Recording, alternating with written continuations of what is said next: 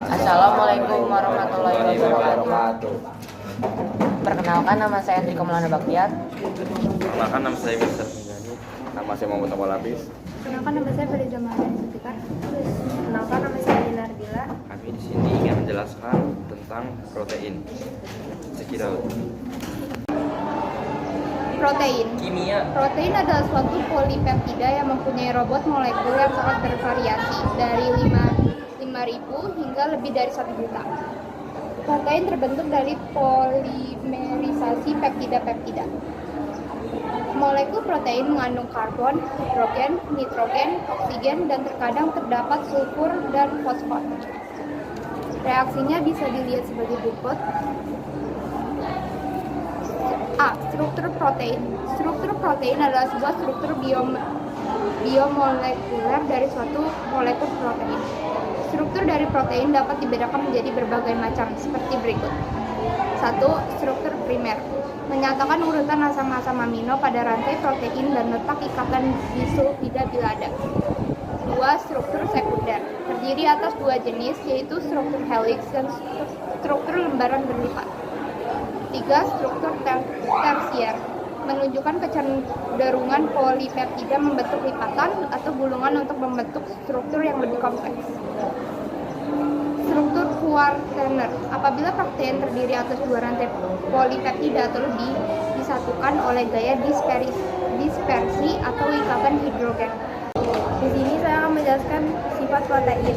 Protein mempunyai sifat-sifat sebagai berikut. 1. Ionisasi protein yang berlarut dalam air akan membentuk ion yang mempunyai muatan positif dan negatif. Ionisasi protein digambarkan sebagai berikut. Protein mempunyai titik iosi listrik. Titik iosi listrik mempunyai arti penting karena berhubungan erat dengan sifat fisik dan sifat kimia. Pada pH di atas titik iosi listrik, protein bermuatan negatif, sedangkan di bawah titik iosi listrik, protein bermuatan positif. Terus yang kedua, denaturasi merupakan perubahan konfirmasi alamiah menjadi suatu konfirmasi yang tidak menentu. Proses denaturasi ini dapat berlangsung secara reversibel maupun tidak. Pada umumnya, penggumpalan protein didahului oleh proses denaturasi yang berlangsung pada titik isolistrik protein tersebut. Denaturasi dapat terjadi karena pengaruh pH, gerakan mekanik, adanya alkohol, aseton, eter, dan detergen. Terus yang ketiga ada pekositas, adalah tekanan yang timbul oleh adanya gesekan antara molekul-molekul di dalam cat yang mengalir. Larutan protein dalam air mempunyai viskositas atau kekentalan yang relatif lebih besar daripada vikositas air sebagai pelarutnya. Vikositas larutan protein tergantung pada jenis protein, bentuk molekul, kemolaran, dan suhu larutan. Golongan protein. Berdasarkan fungsi biologisnya, protein pelindung atau antibodi berfungsi melindungi organisme dari serangan penyakit. Lalu contohnya itu ada imunoglobin dan dapat menetralkan bakteri, virus, dan antigen. Lalu yang kedua ada protein pengatur atau hormon. Fungsinya mengatur aktivitas sel, contohnya insulin, mengatur metabolisme glukosa. Yang ketiga ada enzim, merupakan golongan protein yang terbesar dan yang terpenting bagi tubuh dan makhluk hidup. Fungsi enzim adalah sebagai katalisator yang spesifik pada reaksi kimia dalam makhluk hidup. Enzim dapat mempercepat reaksi kimia tanpa terjadi kenaikan suhu, perubahan pH, dan hasil reaksi tambahan seperti yang terjadi pada reaksi-reaksi kimia biasa. Contohnya itu ada pepsin, stripsin, dan ribonuklease. Yang keempat ada protein pembangun berfungsi sebagai zat pembentuk struktur baik yang baru maupun mengganti sel yang rusak. Contohnya ada glikoprotein dalam dinding sel dan keratin dalam kulit. Lalu yang kelima ada protein kontraktil, memberikan kemampuan pada sel dan organisme untuk berubah atau bergerak. Contohnya aktin dan miosin yang berperan dalam sistem kontraksi otot rangka. Lalu yang keenam ada protein transport, mempunyai kemampuan mengikat dan memindahkan molekul atau ion spesifik melalui aliran darah.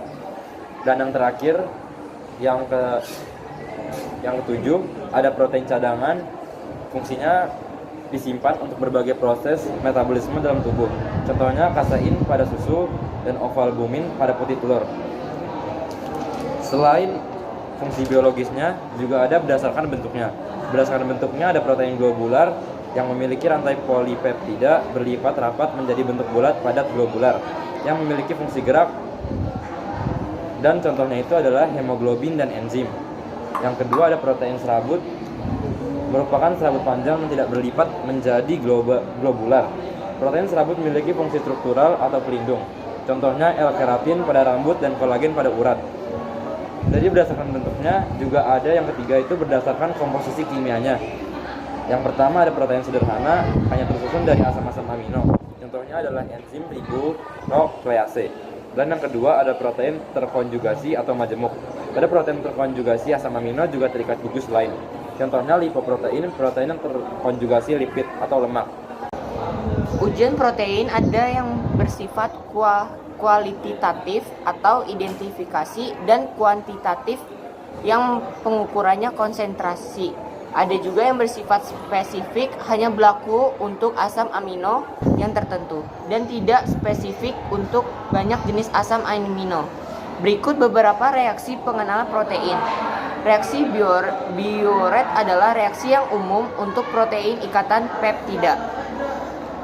Reaksi scantoproteat untuk pengujian protein yang mengandung gugus fenol atau cincin benzena. Reaksi Milon digunakan untuk mengidentifikasi adanya tirosin pada protein. Dan uji terhadap belerang untuk menguji adanya belerang dalam protein, maka ke dalam protein ditambahkan larutan NaOH pekat dan dipanaskan, kemudian ditambahkan PbNO3 2. Adanya belerang ditandai terjadinya endapan hitam dari PbS. Dan yang terakhir adalah uji nihidrin.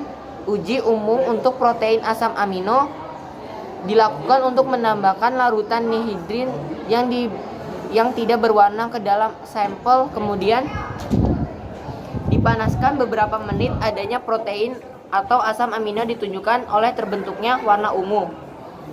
Protein sangat berguna dalam membantu proses metabolisme tubuh, terutama dalam pembentukan sel-sel baru untuk menggantikan sel-sel yang rusak. Selain itu, protein juga memiliki kegunaan sebagai berikut. 1. Cadangan energi. Contohnya, kasein pada susu untuk cadangan makanan bayi atau individu yang baru lahir. Kedua, zat pembangunan jaringan. Contohnya, elastin merupakan protein utama yang menyusun jaringan ligamen, dan kolagen merupakan protein utama yang menyusun jaringan ikat pada kulit. 3. Katalisator, reaksi biokimia atau enzim, berupa apoenzim yang merupakan penyusun utama enzim. 4. Zat antibodi, contohnya adalah protein myeloma. 5. Alat angkut, contohnya sel-sel darah merah yang mengangkut oksigen dan karbon dioksida. 6. Pengatur reaksi, contohnya insulin yang berperan dalam mengubah glukosa menjadi glikogen. 7. Pengendali pertumbuhan. 8. Protein juga membentuk sebagian besar hormon pada tubuh. Hormon memiliki berperan yang untuk mengirimkan sinyal dan mengatur proses biologis antara sel, jaringan, dan organ. Misalnya hormon insulin yang mengirim sinyal dan mengatur proses masuknya gula ke dalam sel tubuh. Mungkin begitu saja video dari kami mengenai materi protein. Sekian dari kami. Wassalamualaikum warahmatullahi wabarakatuh.